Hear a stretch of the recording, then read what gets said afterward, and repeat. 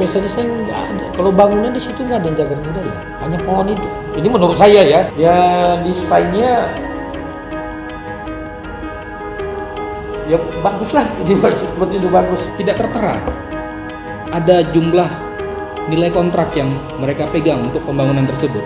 Apa yang terjadi, Pak? Ya, kami bisa mikir, mungkin itu kesalahan cetak atau apa. Nanti saya cek. Tapi itu harus wajib untuk Kucing dalam karung, saya nggak tahu apa yang dia buat, dia rencanakan. Jadi sama saja dia nggak menghargai wali kota sebelumnya, menganggap the power dalam diri sebagai wali kota. Nggak bisa dong. Dinasnya bisa ditangkap ini. Ini telah menimbulkan sara. Dan saat ini saudara, kami berada di Dinas Perumahan, Permukiman, dan Penataan Ruang Kota Medan untuk menjumpai dan mengkonfirmasi langsung Kepala Dinas terkait, Endar Lubis, seperti apa alasan dan juga dasar-dasar mereka melakukan revitalisasi Lapangan Merdeka dan juga revitalisasi gapura di 5 titik pintu masuk di Kota Medan. Ikuti kami terus dalam program eksklusif Aktual Channel.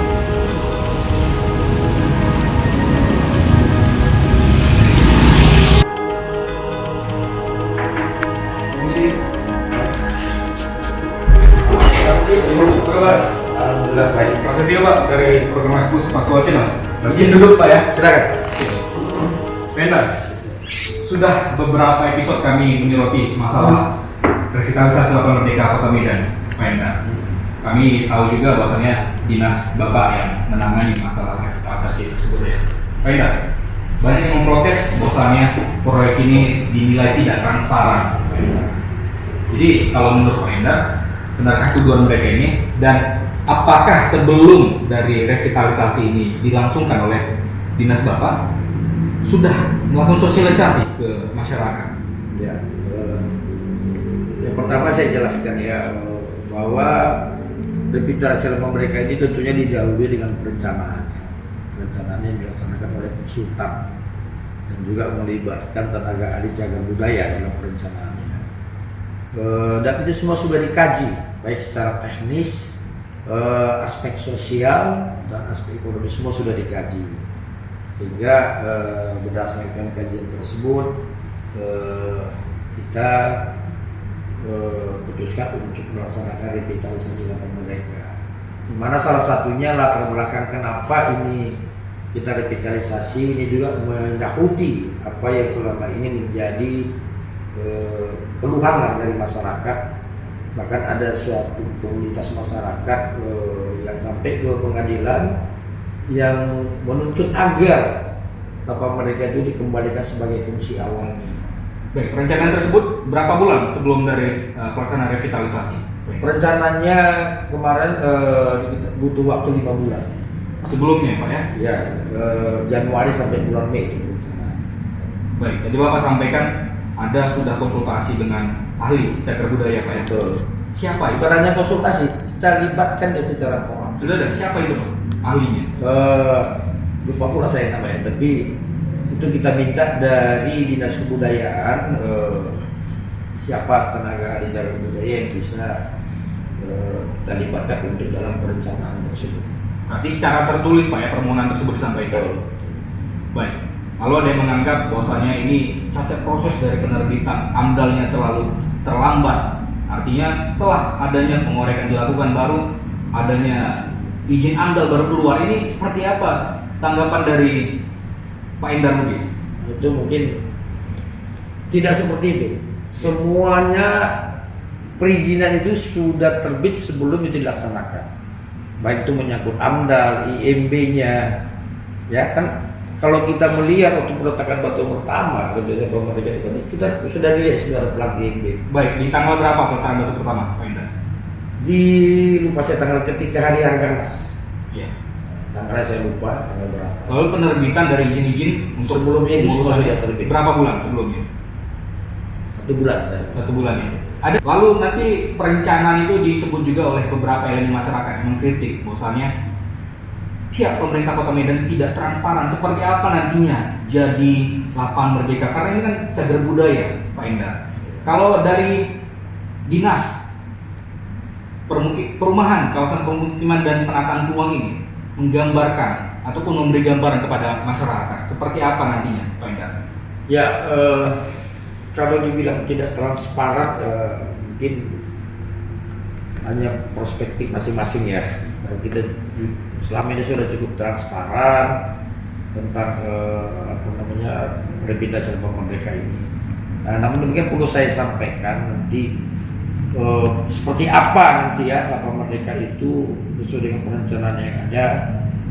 Yang pertama, kita membebaskan Lapang Merdeka dari bangunan di atas tanah. Jadi di atas Lapang Merdeka itu tidak ada bangunan-bangunan yang katakanlah permanen lagi seperti Merdeka Walk, kantor polisi, kantor pertama itu tidak lagi semua dihilangkan. Dan bangunan itu nanti akan kita buat di bawah, di basement. Ada basement berarti Pak ya? Iya, di basement itu terdiri dari pertama kantor polisi, tetap kita fasilitasi karena memang di sekitar situ dibutuhkan masih kantor polisi ya. Kemudian nanti ada kantor pengelola. Kantor polisi nanti berada di atas Pak ya? Di bawah. Di bawah, di basement Pak ya? Baik. Kemudian juga nanti ada kantor pengelola, ada musola.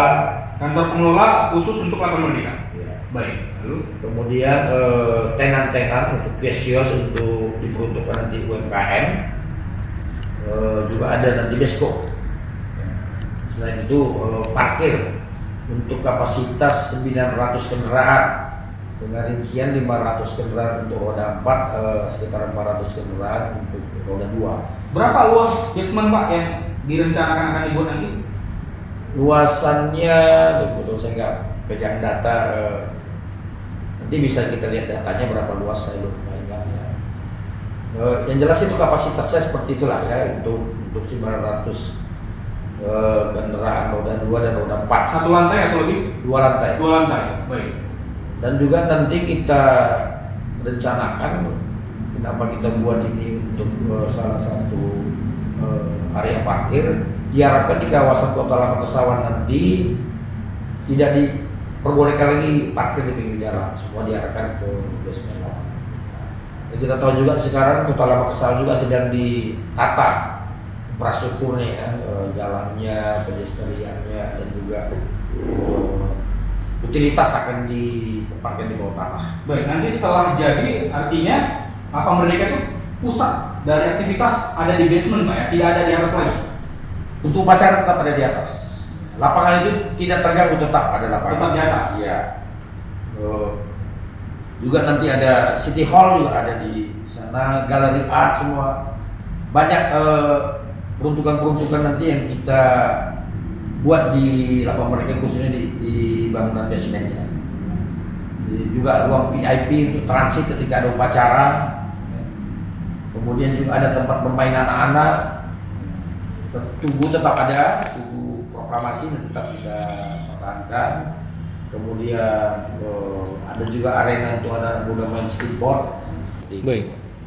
Tapi dinas Bapak mengetahui dan meyakini bahwasannya Lapang Merdeka adalah cagar budaya Pak ya? Bukan meyakini lagi, memang sudah ada SK wali kotanya. Memang sudah ada. Iya. Lalu ketika ini sudah keluar SK sebagai cagar budaya, apakah ada larangan-larangan apa-apa saja yang boleh diambil, diubah dari Lapang Merdeka? Ya, itu kita pedomani. Apa saja Pak yang tidak boleh dan yang boleh? Yang tidak boleh itu pohon itu tidak boleh Hanya pohon saja? Iya. Kalau galian tanah kan nggak ada urusan dengan cagar budaya gitu. Baik. Nah, Lalu sama tugu lah, tugu tetap nanti kita pertahankan dan tempat upacara itu tetap ada. Jadi lapangan yang ada sekarang itu tidak ada bangunan apa-apa di bawah dan di atasnya. ya baik. Selain dari pos-pos polisi, kami juga sebelumnya sama-sama kita ketahui ada beberapa tugu-tugu monumen di situ Pak ya. Ada Tugu Pancasila dan ada tugu yang lainnya di sana. Nah itu kan saat ini sudah dirubuhkan. Nah apakah ini termasuk bagian dari cagar budaya yang seperti dipahami oleh masyarakat luas saat ini? Kalau tugu itu tidak bagian dari cagar budaya. Ya. Kalau Lapang Merdeka itu yang cagar budaya itu sebenarnya karena dia nilai punya nilai sejarah bahwa disitulah pertama ada sejarah di sana, proklamasi kemerdekaan pernah dikumandangkan di sana. Ya. Kemudian Lapangan Merdeka itu memang dari zaman Belanda sudah menjadi ruang terbuka hijau, ruang terbuka publik. Jadi malah itu yang mau kita kembalikan. Bukan monumen tadi Pak ya? Bukan. Monumen Saya tanya hanya kembali sama Pak, yang Baik. disebut cagar budaya Pak. Biasanya kan mengarah kepada bangunan kan. baik. Contoh langsung kantor pos gitu kan. Di situ dia sebut cagar budaya karena di situ punya nilai sejarah. Dan memang dari zaman Belanda itu ruang terbuka hijau. Hanya sebatas historis Pak ya, Lapangan Merdeka ini. Iya. Jadi- Kalau menurut saya ya, menurut pendapat saya ya. Lalu pedoman dari cagar budaya yang dinas pahami yang sudah dilakukan apa saja yang termasuk selain dari histori Pak? Apakah ada hal yang lain di lokasi tersebut?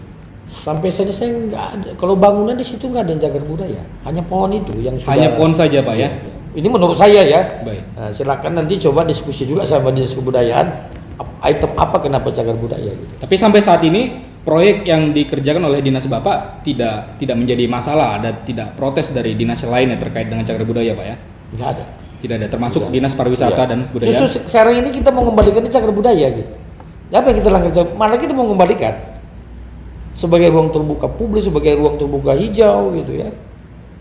Baik. Yang selama ini sesuai dengan beberapa keluhan masyarakat, kok di situ ada Merdeka Walk, kok di situ ada toko buku, kok di situ ada ini ada itu. Harusnya kan seperti di kota-kota lain namanya alun-alun itu kan kosong dari bangunan. Gitu kan. Baik. Nah, tapi supaya dia bisa mendukung bahwa itu sebagai ruang terbuka publik dan sebagai tempat berrekreasi masyarakat, fasilitas itu kita siapkan. Tapi kita tempatkan di bawah tanah supaya tidak mengganggu kondisi atas dari kondisi di atas tanah di Lapangan Merdeka itu. Baik, setelah jadi nanti revitalisasi Lapangan Merdeka ini, siapa yang mengelola dari basement yang ada kios-kiosnya tadi, ada pos-posnya? Apakah ada pihak ketiga, pihak swasta, atau langsung dikelola oleh pemerintah nantinya, Pak? Pastinya akan dikelola oleh pemerintah. Nah, dinas sama nanti tentunya itu kebijakan dari pimpinan. Termasuk parkir Iya. yang menampung 900 kendaraan. Iya. Tentu instansi teknisnya lah. Kalau parkir itu kan biasanya kelola dinas perhubungan dan dinas pendapatan daerah atau Bekerja sama dengan pihak ketiga. RRD itu kan. Iya. Itu belum kita bahas nanti, membahas itu apakah pihak ketiga atau tidak. Nanti akan dibahas selanjutnya. Baik, Pak. Kita ketahui ketika kita merancang sebuah proyek seperti revitalisasi Lapangan Merdeka, kita harusnya turut juga memahami situasi dari arus lalu lintas sekitarnya. Apakah hal tersebut sudah dipikirkan? Sudah semua dikaji. Di AMDAL itu kan sudah lengkap. Andalalinya juga ada. AMDAL juga sudah ada, sudah Semua dikeluarkan sudah ya? ada. Semua nyangkut perizinan semua sudah ada. Dan sudah dikaji, bukan dibuat-buat, dikaji oleh konsultan. Ada konsultannya Pak ya? Ada. Dipanggil dari mana Pak konsultannya? Apakah dari Kota Medan, Sumatera Utara atau nasional? Ya tentunya di Kota Medan kan. Kota Medan, baik. Ya, kita berkontrak dengan mereka ya di proses sesuai dengan pengadaan barang jasa. Iya. Ya, gitu. Baik. Lalu terkait dengan adanya Bapak sebutkan tadi pembangunan basement ada 2 lantai. Ini sudah dikaji juga Pak ya. Seperti apa struktur tanah kalau menurut dari konsultan yang menangani hal tersebut? Ya kalau menurut konsultan itu memenuhi standar teknis. Baik. Maka direncanakan konstruksinya sesuai dengan kondisi tanah di situ. Seperti apa kondisi tanah di situ Pak? Apakah berpasir, berair, Sedikit berpasir. sedikit berpasir? Baik. Lalu untuk teknisnya ada diceritakan oleh konsultan ke pihak orang Bapak? Bukan diceritakan, direncanakan. Direncanakan? Iya. Sudah ada? Dia Seperti sudah apa? bertanggung jawab terhadap itu, sudah memenuhi standar teknis. Pembuatannya apa saja yang dilakukan di sana? Iya. Sudah ada ya? Sudah. Baik. Kalau terkait dengan pembangunan ataupun revitalisasi dari Lapangan Merdeka, masalah anggarannya seperti apa, Pak? Ini bertahap atau sekaligus? Bertahap. Digelontorkan? Bertahap. Di tahap pertama ini kita tampung anggarannya 97 ya. Baik. Untuk apa? Untuk 97,5 untuk fisiknya, kemudian 2,5 untuk MK-nya, kemudian dari 97 ini ada lagi kita tampung untuk relokasi toko buku. Ya, jadi kemudian kontraknya itu dari pagunya itu ya, kontrak untuk fisiknya itu 91. Ya, jadi ada penawaran sekitar apa namanya sekitar 6M ada penawaran itu diturunkan. Kemudian juga untuk MK-nya juga dari 2,5 itu penawarannya 1 M aja. Jadi ada efisiensi kita beberapa M itu di situ. Kemudian toko buku itu sekitar 3,9 M relokasinya. Nah sekarang kan sudah direlokasi ke. Maksud kami relokasinya apakah nanti akan di basement ditempatkan ada lokasi khusus? Tidak ada. Sudah kita relokasi sekarang. Baik. Kita kerjasama dengan PT KAI dengan menyewa lahan PT KAI. Baik. Lalu anggarannya hanya sekedar relokasi untuk pembangunan nanti Pak, pembuatan basement untuk pembuatan mempercantik nanti di atas dari lapangan mereka ini anggarannya sekitar berapa? Semuanya untuk menyelesaikan revitalisasi mereka itu sekitar 400 lebih biayanya, ya di luar yang sekarang sudah dikerjakan. Ini untuk tahun 2003 kan kita tenderkan dengan mekanisme multi years sekitar 400 lagi mau ditenderkan dan akan siap di tahun 2024. Baik, Pak Endar. Kita melihat bahwasannya saat ini masih proses pengerjaan pengorekan tanah, Pak ya. Nah, tanah tersebut ini apakah termasuk dari aset Pemko karena sudah ada anggaran untuk revitalisasi dan tanah ini sudah ada peruntukannya untuk apa, Pak? Untuk menimbun lahan Islamic Center dan TPA. Nah, dan ditambah terakhir ini ada kita penimbunan lapangan untuk lapangan bola di Cicanak. Islamic Center ini yang di mana ini Pak? Di untuk yang di Medan Pak ya, ya. di Martubung. Baik. Untuk apanya di TPA diterjun. Berarti tidak ada juga ketika ada seseorang atau oknum yang menjual tanah dari lapangan Merdeka ini tidak ada toleransi dari dinas Pak ya. Kita kan proses peraturan berlaku. Baik. Kalau temuan itu lapor sama kita kan proses. Pak, selain dari lapangan Merdeka Medan, kita juga ada membahas masalah Gapura Pak ya. Nah, Gapura ini terkesan pembangunannya mendadak. Apakah benar? Yang menyatakan itu mendadak dasar apa? Gitu. Terus saya tanyakan kembali gitu, apa yang membuat orang menyatakan itu mendadak? Itu sudah direncanakan dari awal. Kebetulan yang membuat perencanaan itu adalah di dinas kebersihan dan pertamanan. Kita mengerjakan fisiknya. Kebetulan itu ditampungnya di PAPBD. Pekerjaannya ditampung di APBD. Jadi nggak ada yang mendadak gitu. Sudah direncanakan dari awal. Dan itu kita akan merevitalisasi, kalau saya pinjam istilah paling membuat Gapura batas itu menjadi kekinian gitu. Ya. Bisa nanti dimanfaatkan oleh masyarakat sebagai tempat ruang terbuka publik juga. Jadi memang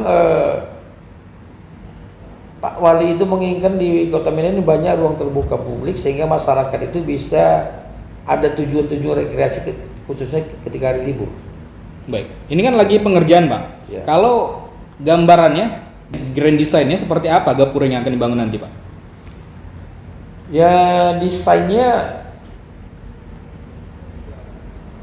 ya bagus lah, seperti itu bagus. Ada ornamen Melayu? Nanti bisa saya tunjukkan gambarnya. Pasti ornamen Melayu tetap dominan. Dia berbentuk relief ya. Relief sama puncaknya itu kita buat bentuknya seperti tengkuluk namanya itu ya. Seperti gunung Mbak ya? Topi Melayu ya? Baik. Kayak topi Melayu. Kemudian nanti